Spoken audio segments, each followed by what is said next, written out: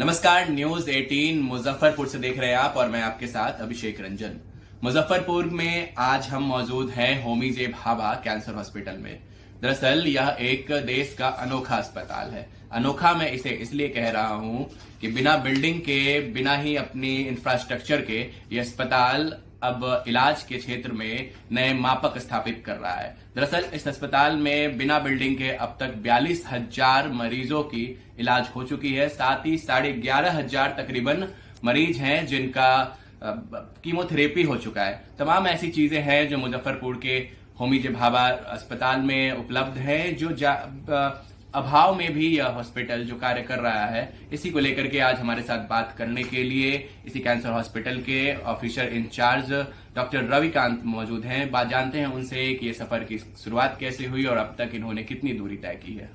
Ji thank you. सो जैसा आपने बताया, ये होमी भाभा कैंसर हॉस्पिटल मुजफ्फरपुर जो है ये पिछले साल इस्टेब्लिश किया गया था। ये मॉड्यूलर प्रीफैब्रिकेटेड स्ट्रक्चर 4 फरवरी 2021 से स्टार्ट किया और अभी तक करीब 42,000 से ज़्यादा पेशेंट यहाँ विजिट कर चुके हैं। 5,000 से ज़्यादा न्यू पेशेंट रजिस्टर्ड हैं और करीब अब तो ऑलमोस्ट 12,000 कीमोथेरेपी यहाँ हो चुके हैं। 2,000 सर्जरीज भी हो चुकी हैं, मेजर माइनर सर्जरी। और ये सेंटर एक बिहार का मतलब 2.25 साल में ही एक प्रोमिनेंट कैंसर सेंटर की तरह उभर के आया है।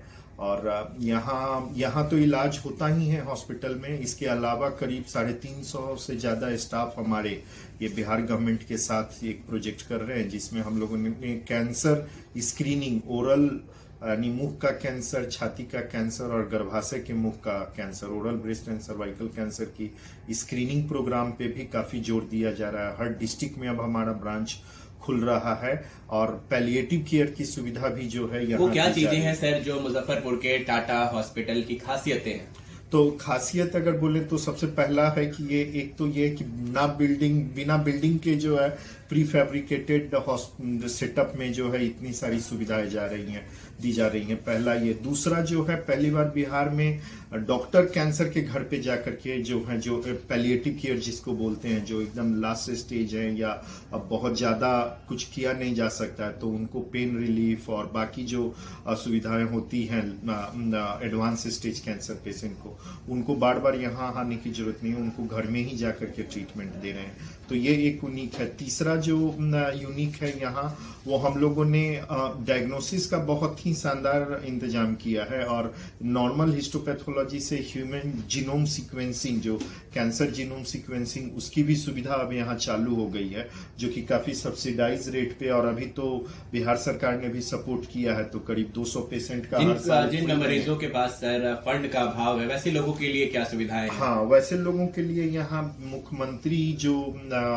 चिकित्सा सहायता कोष जो है, उससे अभी तक करीब 6 करोड़ से ज्यादा रुपया का हम लोगों ने ट्रीटमेंट जो है किया है। और बिहार सरकार का जो ये सीएम रिलीफ, मेडिकल रिलीफ है, वो बहुत प्रॉम्प्ट है एंड विद इन 1 वीक हम लोगों को जो है ना अप्रूवल मिल जाता है। सो ये एक बहुत बड़ा रिलीफ है। उत्तर बिहार में का एक बड़ा केंद्र है मुजफ्फरपुर। ऐसे में इन इलाकों में कैंसर के बढ़ते स्तर को किस प्रकार देखते हैं सर, और इस अस्पताल की कितनी जरूरत थी और इसके आने के बाद कितना लाभ पहुंचा है मरीजों को?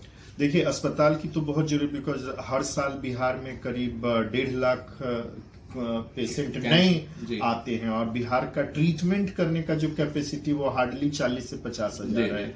तो 1 लाख पेशेंट के लिए तो हमारे पास सुविधा ही नहीं है, तो उनको या तो बाहर जाना पड़ता है या फिर कैंसर के साथ मरना पड़ता है। सो ये बहुत जरूरी है।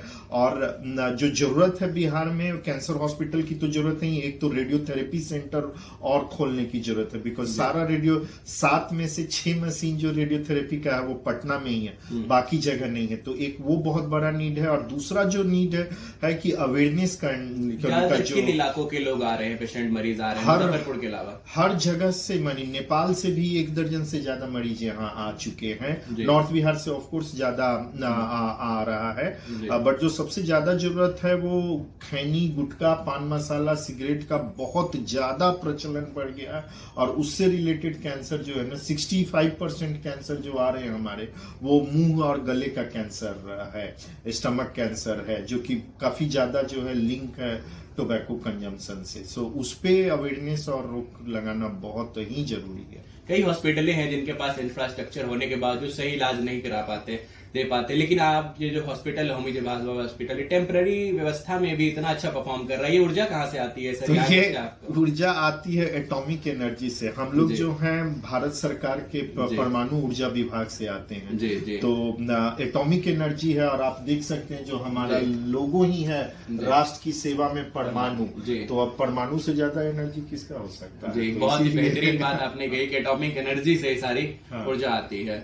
तमाम जो मरीज हैं जो खैनी, गुटखा, तंबाकू, सिगरेट का सेवन करते हैं, उनसे आप क्या कहना चाहेंगे? कैसे वो कैंसर के खतरे में घिरते जा रहे हैं? तो खैनी खाने वालों से हम यही बोलेंगे कि खैनी खाएबा तो जल्दी जाएबा। जो खैनी खाते हैं उनका उम्र 11 साल कम हो जाता है, और जो बहुत लकी रहते हैं उनको कैंसर हो जाता है। बट ये सोचना कि जो खैनी खाता है सबको कैंसर होता है, वैसा नहीं है।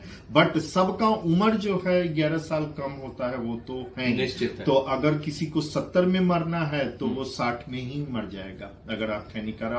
और केवल बाल और नाखून छोड़ के सारे अंग पे जो है खैनी का दुष्प्रभाव होता है। तो इसलिए मेरा रिक्वेस्ट है सारे लोगों से कि जल्द से जल्द खैनी छोड़ें, और नहीं छोड़ेंगे तो आपके बच्चे, फैमिली के और दूसरे मेंबर भी खाना शुरू करेंगे।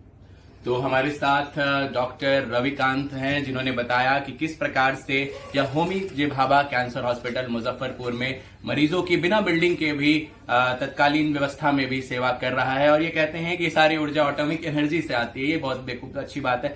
साथ ही सर ने बताया कि किस प्रकार खैनी, तंबाकू और सिगरेट के सेवन से कैंसर के मामले बढ़ रहे हैं। ऐसे में लोगों को सजग और सहज होने की जरूरत है इस मामले को लेकर के। न्यूज़ 18 के लिए अभिषेक रंजन, मुजफ्फरपुर से।